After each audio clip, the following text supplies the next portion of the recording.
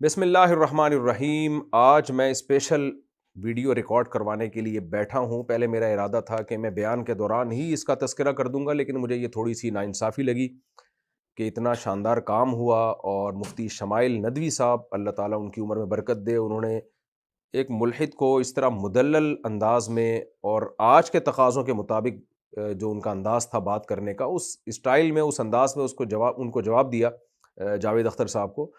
تو مجھے لگا کہ ایسے بیان کے بیچ میں اپریشیٹ کرنا یہ نامناسب عمل ہوگا۔ ایک اتنی شاندار کامیابی پر الگ سے مجھے اس پہ مبارکباد کا پیغام ریکارڈ کروانا چاہیے۔ تو یہ کلپ میں ریکارڈ کروا رہا ہوں مفتی شمائل ندوی صاحب، اللہ تعالیٰ آپ کو جزائے خیر دے۔ آپ نے ایک بہت اچھا کام کیا ہے اور صحیح ٹریک پہ چل رہے ہیں ماشاءاللہ۔ مفتی یاسر واجدی صاحب کا بھی میں ان کو بھی اپریشیٹ کرتا ہوں، اور یہ کریڈٹ مفتی یاسر واجدی صاحب کو بھی جاتا ہے۔ انہی سے ایتھیزم کے خلاف انہوں نے بہت کچھ سیکھا ہے۔ مفتی یاسر واجدی صاحب بہت پہلے سے ایتھیزم کے خلاف کام کر رہے ہیں۔ امریکہ میں ان کے ادارے میں دیکھ کے بھی آیا ہوں، ان کا وزٹ بھی کیا تھا میں نے، اس کا ولاگ بھی بنایا تھا۔ میرے شیخ حضرت مفتی عبدالرحیم صاحب کا بھی اس بارے میں ایک بیان آیا ہے، انہوں نے ایک بڑی زبردست بات کی ہے کہ اس طرز پہ کام کرنے کی ضرورت ہے، اس طرز پہ کام کرنے کی ضرورت ہے۔ دیکھیں، یہ سارے دلائل ایتھیزم کے خلاف صدیوں سے ہماری کتابوں میں آلریڈی موجود ہیں۔ بات یہ ہوتی ہے کہ آپ نے اس کو پیش کیسے کرنا ہے۔ اس زمانے میں پیکنگ جو ہے نا، پیکنگ، اس پہ آپ کو پتہ ہے بہت خرچہ ہے۔ میں جب شہد کا بزنس کیا کرتا تھا تو مجھے یاد ہے بعض دفعہ میں شاپر میں ڈال کے شہد پکڑا دیتا تھا، تو لوگ کہتے تھے یار اس کو کسی بوتل میں ڈالو۔ تو اس وقت مجھے اندازہ ہوا کہ پیکنگ جو ہے نا، میں نے اکثر ایک بیان میں ایک واقعہ بھی سنایا ہے کہ ایک جگہ مجھے جانا ہوا زیتون کا تیل خریدنے کے لیے، تو جو بیچنے والے تھے وہ میرے جاننے والے تھے۔ انہوں نے کہا کہ یہ والا زیتون اچھی کوالٹی کا ہے لیکن سستا ہے، یہ والا زیتون اچھی کوالٹی کا نہیں ہے لیکن مہنگا ہے۔ میں نے کہا یہ اچھی کوالٹی کا نہیں ہے، مہنگا کیوں ہے؟ انہوں نے کہا اس کی پیکنگ اچھی نہیں ہے، پیکنگ اس کی اچھی ہے اور لوگ یہ والا خرید رہے ہیں، سستا والا مہنگا خرید رہے ہیں پیکنگ کو دیکھ کے۔ کیوں؟ پیکنگ کا مطلب کیا ہوتا ہے؟ اس چیز کو پیش کیسے کیا جا رہا ہے۔ تو الحاد کے خلاف دلائل قرآن میں بھی ہیں، حدیث میں بھی ہیں، اور صدیوں سے ہماری کتابوں میں لکھے ہوئے ہیں، اور خاص طور پہ علماء دیوبند نے تو اس پہ بہت زیادہ شاندار جاندار کام کیا ہے۔ مولانا حبیب کرانوی صاحب کا نام آتا ہے اس میں، اور دیگر بڑے بڑے علماء کا نام آتا ہے، بہت کام ہوا ہے اس پہ۔ تو بات یہ ہے کہ اس کو پریپریشن کر کے اس کو پبلک کے سامنے لانا کیسے ہے۔ تو وہ کام ماشاءاللہ مفتی شمائل ندوی صاحب نے بہت شاندار طریقے سے کیا، اور اس سے ہمیں خوشی یہ ہوئی کہ مفتی یاسر واجدی صاحب کا ادارہ الحمدللہ صحیح ٹریک پہ چل رہا ہے، صحیح کام کر رہا ہے۔ اللہ تعالیٰ اس ادارے کو اور ترقی دے۔ ہمارے حضرت مفتی رشید احمد صاحب رحمہ اللہ تعالیٰ فرمایا کرتے تھے کہ دین کا کوئی بھی کام کر رہا ہو تو یوں سمجھیں کہ وہ آپ کا کام کر رہا ہے، کیونکہ علماء کا کام ہے دین کی خدمت، بلکہ ہر مسلمان کی ذمہ داری ہے دین کو دنیا میں پھیلانا۔ تو کوئی بھی کسی بھی شعبے میں دین کو پھیلا رہا ہے تو آپ سمجھیں کہ میرا کام ہو رہا ہے، میری پروڈکٹ بک رہی ہے۔ تو یہ مفتی شمائل ندوی صاحب نے جو کام کیا، ہمارا کام کیا ہے۔ جاوید اختر تک ہماری نہ پہنچ تھی، اور پھر اس اسٹائل میں جو انداز انہوں نے اختیار کیا، یہ انداز ماشاءاللہ بہت جاندار شاندار تھا۔ تو ہمیں سب کو خوشی ہے اس پہ۔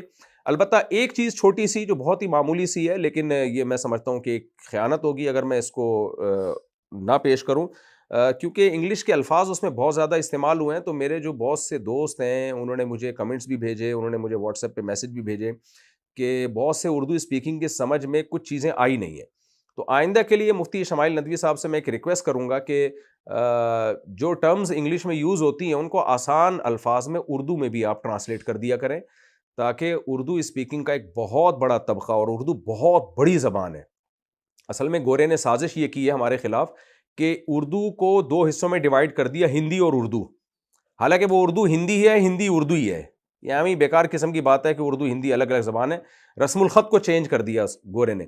ورنہ آپ اس زبان کو ہندی کہہ لیں یا اردو کہہ لیں، یہ انڈیا میں سمجھی جاتی ہے، پاکستان میں سمجھی جاتی ہے، بنگلہ دیش کے بہت بڑے حصے میں سمجھی جاتی ہے۔ میں بنگلہ دیش گیا ہوں تو میرے بیان میں بہت کراؤڈ تھا، وہ سب اردو سمجھ رہے تھے، بہت کراؤڈ تھا۔ ابھی علماء اور بھی گئے ہیں تو اتنا کراؤڈ تھا، وہ سارے اردو سمجھ رہے تھے۔ تو میں حیران ہو رہا تھا، وہ بنگلہ دیش کے لوگ تو بڑے مزے سے اردو بول رہے ہیں اور سن بھی رہے ہیں، سمجھ بھی رہے ہیں۔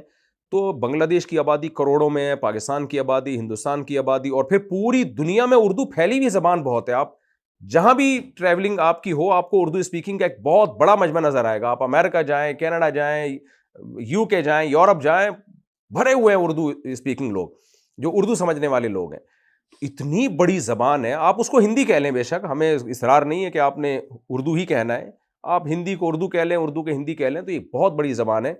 تو مفتی شمائل صاحب سے میں گزارش کروں گا کہ آئندہ کے لیے جب آپ کی ڈیبیٹ ہو تو اس میں تھوڑی سی جاوید اختر صاحب نے اس ڈیبیٹ کے دوران کہا بھی ہے کہ آپ اس کا کو ٹرانسلیٹ کریں اردو میں یا آسان الفاظ میں. اچھا، بعض لوگوں نے اس میں میمز بھی بنائی ہیں، تو میں سمجھتا ہوں یہ میمز بنانا ٹھیک نہیں ہے. کسی کا مذاق نہیں ہمیں اڑانا چاہیے.